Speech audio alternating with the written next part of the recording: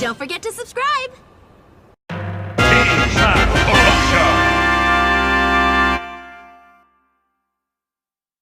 Oh my god, this is officially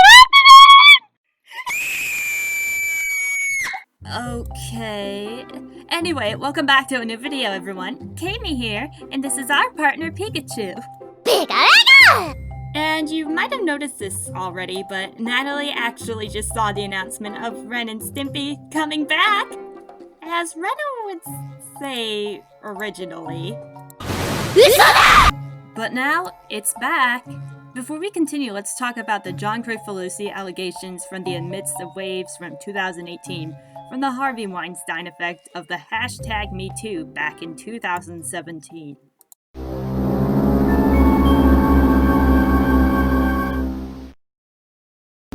Before we get started on talking about it, I should warn you that the following information will be very offensive. The information that we are about to tell you is about Robin Bird and Katie Rice. They were teenage Ren and Stimpy fans who wanted to make cartoons, and they say they were preyed upon by the creator of the show, John Kricfalusi, who admitted to having had a 16-year-old girlfriend when approached by BuzzFeed News. It begins when Robert Bird thought her plan was working when the letter from her hero arrived in the mail, and it was 1994, and the 13-year-old had sent the creator of Ren and Stimpy a video of herself talking about her drawings and the animation career she envisioned. She thought she got the attention of the studio behind the hit of the Nickelodeon show. She might get a job there someday. And John Kricfalusi's effusive letter, she said, seemed like a first step toward her dream. Yes, in addition to that, she began receiving boxes of toys and art supplies from the 39-year-old Kricfalusi, who was better known as John K. He helped her get her first AOL account, though, which he convinced he could help her become a great artist. And he visited her at a trailer park where she lived in Tucson, Arizona. And when she was in 11th grade, he flew her up to Los Angeles to show her his studio and talk about the future. And she said that on the same trip, in a room with a sliding glass door that led to his pool, he touched her genitals through her pajamas as she lay frozen on a blanket he'd placed on the floor. She was 16 years old at the time. Then, in the summer of 1997, before her senior year of high school, he flew her to Los Angeles once more, where she had an internship at Spunko, which was Kricfalusi's studio, and lived with him as his 16-year-old girlfriend and intern. And after finishing her senior year in Tucson, the tiny, dark-haired girl moved in with Kricfalusi permanently at the age of 17, and she told herself that Kricfalusi was helping to launch her career, and in the end she fled animation to get away from him. And since October, which is in the autumn, a national reckoning with sexual assault and harassment has not only velled dozens of prominent men, but also caused allegations made in the past to resurface. And in some ways, the old transgressions are the most uncomfortable. They implicate not just the alleged abusers, but everyone who knew about the stories and chose not to overlook them in the past. Although sexual abuse allegations against Kricfalusi have never been made in public before, his relationship with Robin Bird has been an open secret within animation, so that it was said in a book about the history of Ren and Stimpy, a girl he had been dating since she was 15 years old.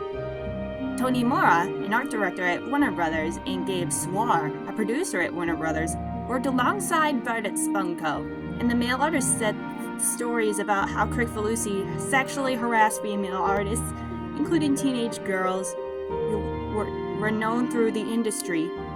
Tony Mora pointed out that it's always been there, and moreover, Kricfalusi made its fixation on teenage girls blatantly obnoxious in his art.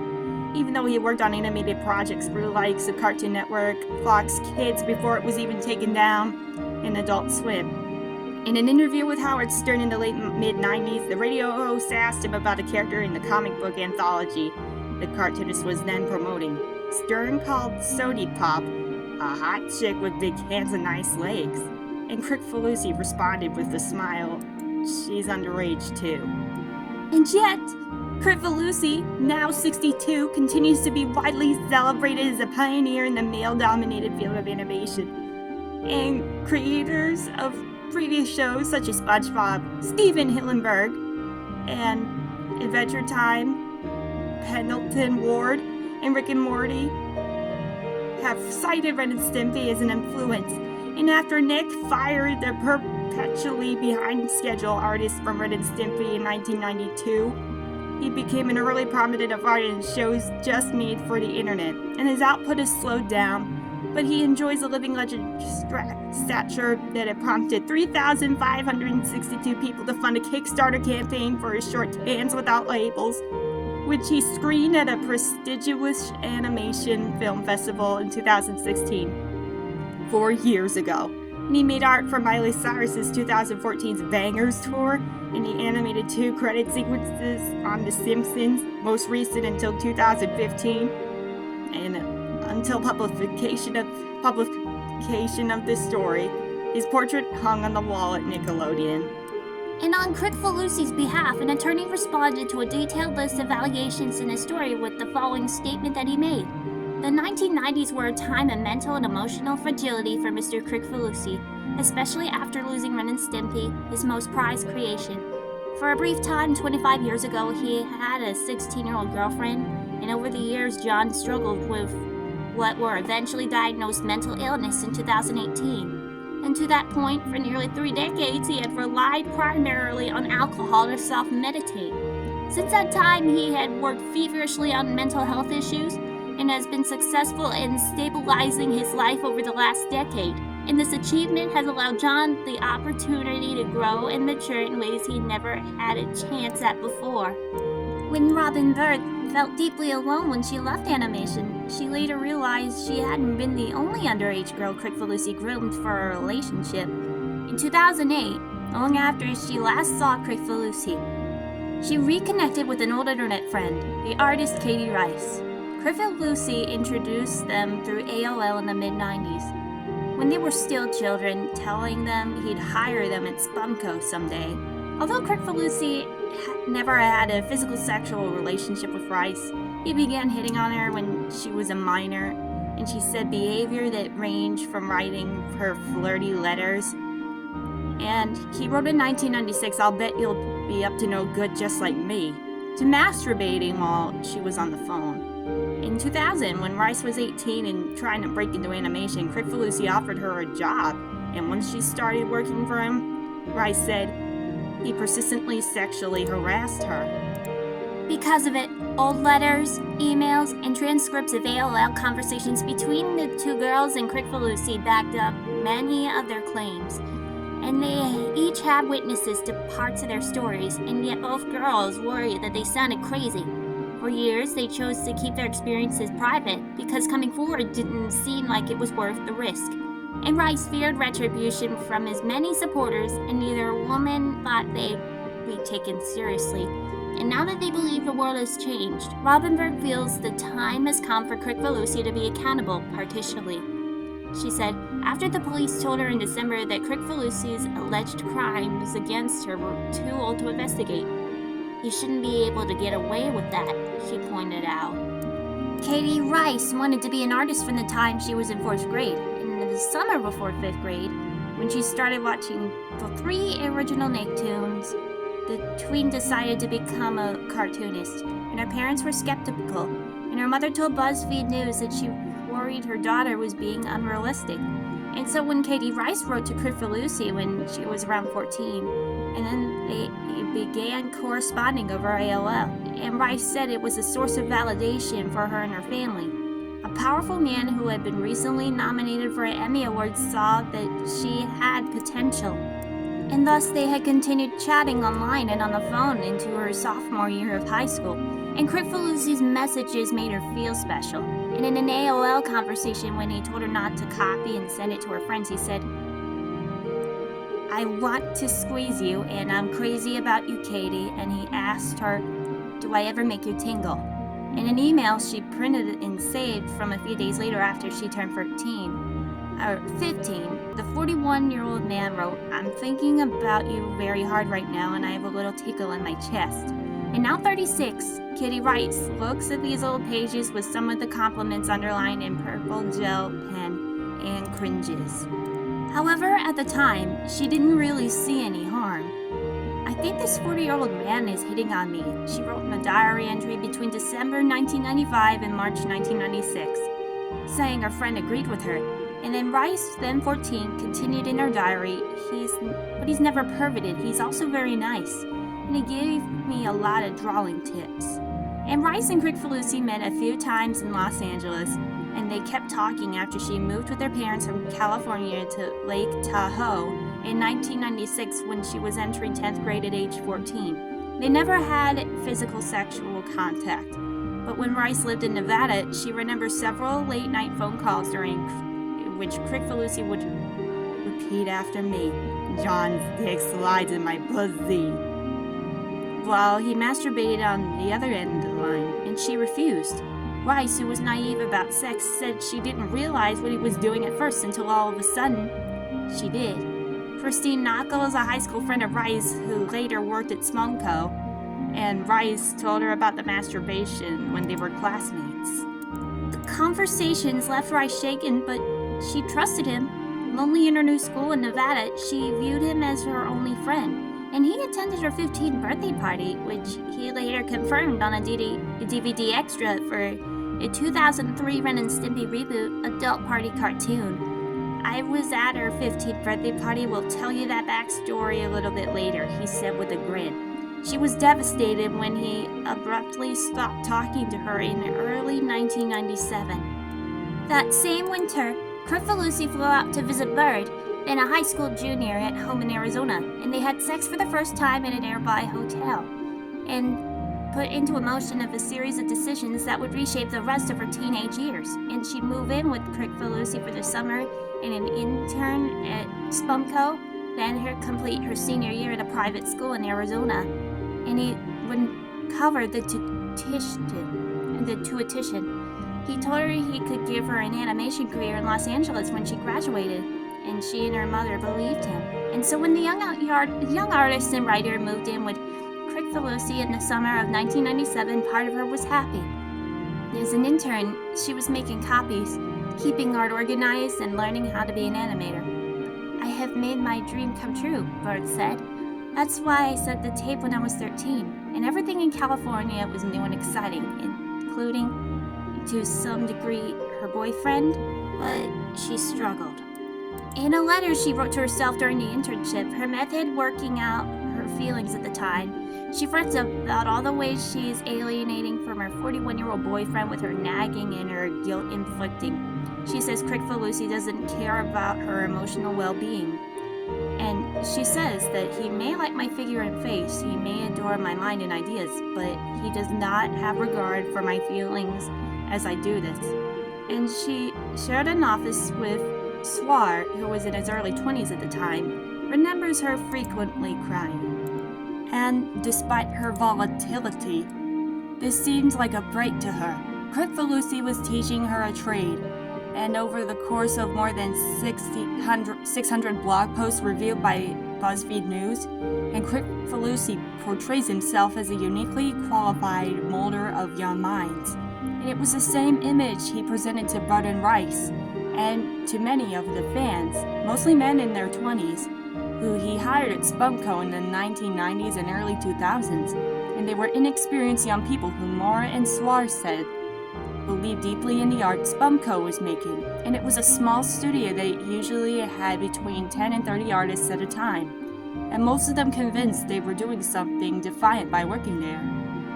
And Derek J. Wyatt, an artist who started working at Spunko in 1999, said the studio was a cult of personality centered on Kricfalusi. After Bird graduated from high school at 17 in 1998, which was the year that Natalie was born in, Kricfalusi hired her to work at Spunko, and she moved back to his Los Angeles home. And as Bird grew up in the studio, her co-workers, many of whom were not much older than she was, were aware of the teen's romantic relationship with her boss. And Mora got an internship at Spunko in 1997, around at the age of 24. And when he first started seeing Bird around the studio, he said, "I was like, who's that little girl?" And the relationship was odd to him. but it seemed to be accepted to the studio, where former employees say Crickfalusi fostered a libertine atmosphere in which taking offense was itself offensive, and they were making shows with sexual themes. They were raunchy nude drawings on display, and Morris said Crickfalusi left out a drawing he made of Bird, nude, with a dog ejaculating on her. Sometime between 1998 and 2000, Morrell went to a party at Crickfalusi's house that had bothered him for years, and he remembered Bird, who was no older than 20, drunk and seeming to be drifting in and out of consciousness when Crickfalusi called Mora over to him.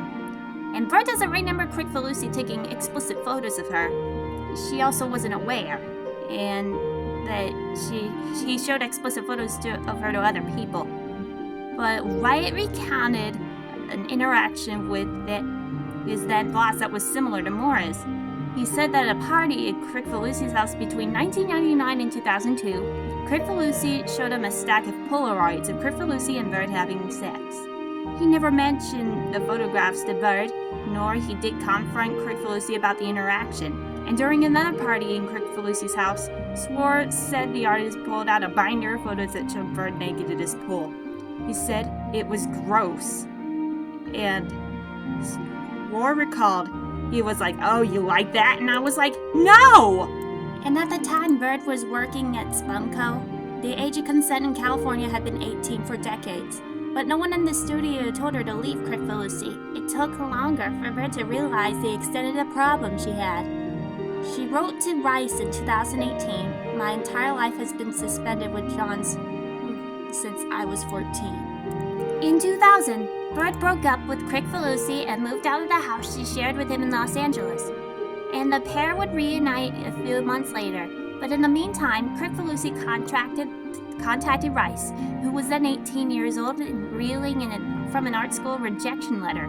He asked her to come work at Spumco and received signed by Crickfalusi and saved by Rice show he paid her for her stay at the Voyager Motor Inn in June 2000. And Rice worked for Crickfalusi on and off from age 18 to about the age of 25, starting as an inker and moving on to layout and character design. In 2000, Bird and Rice both worked at the studio, but the childhood internet friends never spoke face to face. And Swar remembers the women working at opposite ends of Spumco. And Mora and Swar believed that Crickfalusi hired Rice as a replacement for Bird. At the age of 19, she thought so too. She said it seemed to her at the time that Crickfalusi was replacing her with a younger woman.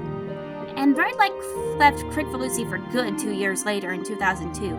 And once she was gone, he focused more attention on Rice. In emails, Crickfalusi demanded her professional loyalty. He also continued to pressure her for affection. And though through a lawyer, Crickfalusi denied harassing Rice, saying John's avid pursuit of her romantically was all for the company, went out of business, and was no longer her employer. But around the time of the new Ren and Stimpy show, which was produced by Spumco and employed Rice, he wrote her a letter expressing sadness over her breakup, and also told Rice she was pretty and that he wished he could cuddle with her. The Paramount Network, the current iteration of Spike TV, which airs Bar Rescue, which ran Ren and Stimpy's 2003 Reboot, adult party cartoon, said it had never received reports of sexual harassment against Crickfalusi and has specific policies and procedures to ensure our employees feel empowered to report inappropriate behavior. And a spokesperson for Cartoon Network and Adult Swim said that the networks were not aware of any sexual harassment claims against Crickfalusi, that harassment will not be tolerated by their parent company, and that neither network planned to work with him in the future. And Nickelodeon declined to comment on Bird and Rice's allegations, but on the morning after the story was published, Crickfalusi's portrait was removed from the studio. Allegations of sexual misconduct have long been treated as a proverbial footnote for important men. In an industry that continues to exclude women and that has a widespread problem with sexual harassment, as more than 200 women and gender non-conforming people working in animation attested in an open letter in October. And it's unclear whether Rice and Bird making Crickfalusi's abuse public will lead people to rethink his legacy. What is clear, however, is that the hashtag #MeToo can't move forward without re-examining the past. And according to a recent source, John Kay will not be financially paid by Viacom CBS.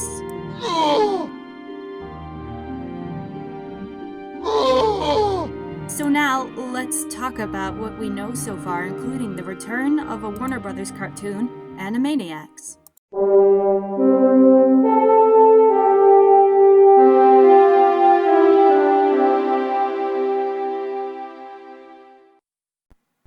What we do know about the reboot is that Ren and Stimpy is the most recent Viacom throwback, and it's getting a new life to be reborn.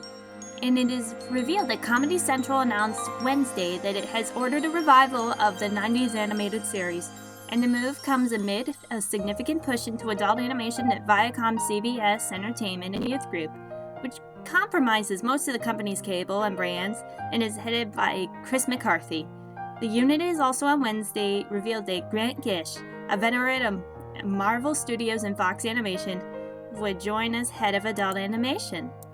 And because of it, the Ren and Stimpy revival follows orders for new versions of other classic animated comedies from the erstwhile Viacom's cable library, including Mike Judge's Beavis and Butthead, Phil Lord, Chris Miller, and Bill Lawrence's Clone High, and Jody, based on the former MTV series Daria. It's also revealed that Grant Gish actually developed Bob's Burgers and oversaw American Dad at Fox Animation. And at Marvel, he led the company's push into adult animation, developing the upcoming Hulu series M.O.D.O.K. and Pit Monkey. Nina L. Diaz, the president of content and chief creative officer for Viacom CBS Entertainment and Youth Group, said Ren has incredible instincts and a supercharged passion for animation. Along with his extraordinary reputation and impressive successes with some of the biggest hits in the genre, from Bob's Burgers to American Dad, his vision is exactly what we're looking for to lead our adult animation unit. It was revealed that the original Ren and Stimpy aired on Nickelodeon beginning in 1991 and enjoyed enormous popularity, not just with children but also with adults, and the new version will be adult-oriented. It will not, however, involve the creator, John Crifalucci, whom a source tells the website Variety will have no creative input into and will receive no financial remuneration from the new series. And he was accused in a 2018 BuzzFeed article of sexually abusing teenage girls, which we already mentioned. In addition, it is revealed that Animaniacs will possibly return sometime in the fall this year. From the bottom of our hearts forevermore, Ren and Stimpy will always be a Nicktoon superstar. Now let's see how Twitter reacted to it.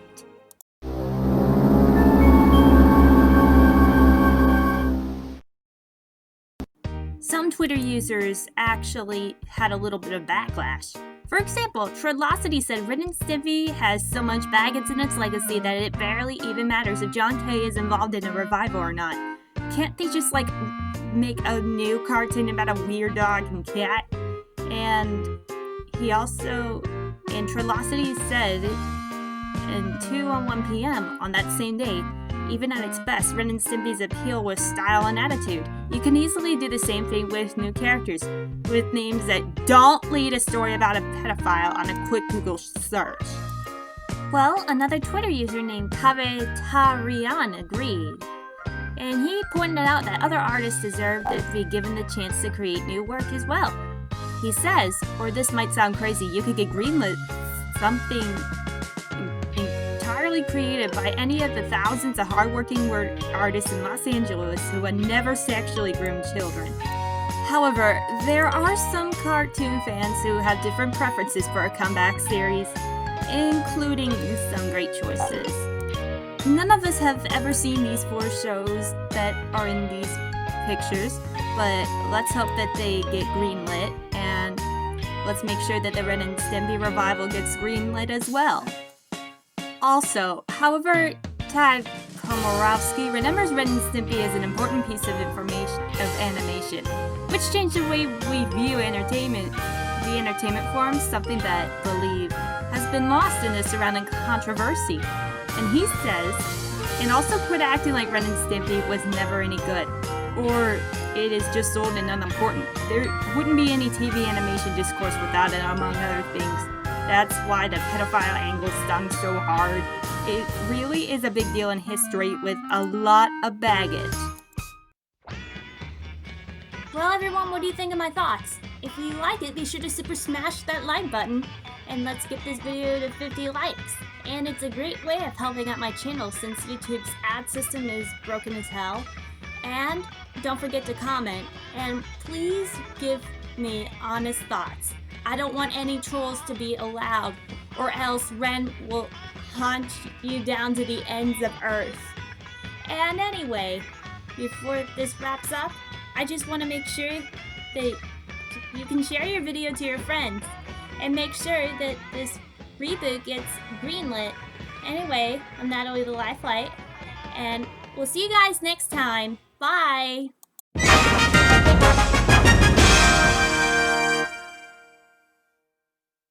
この番組はご覧のスポンサーの提供でお送りします。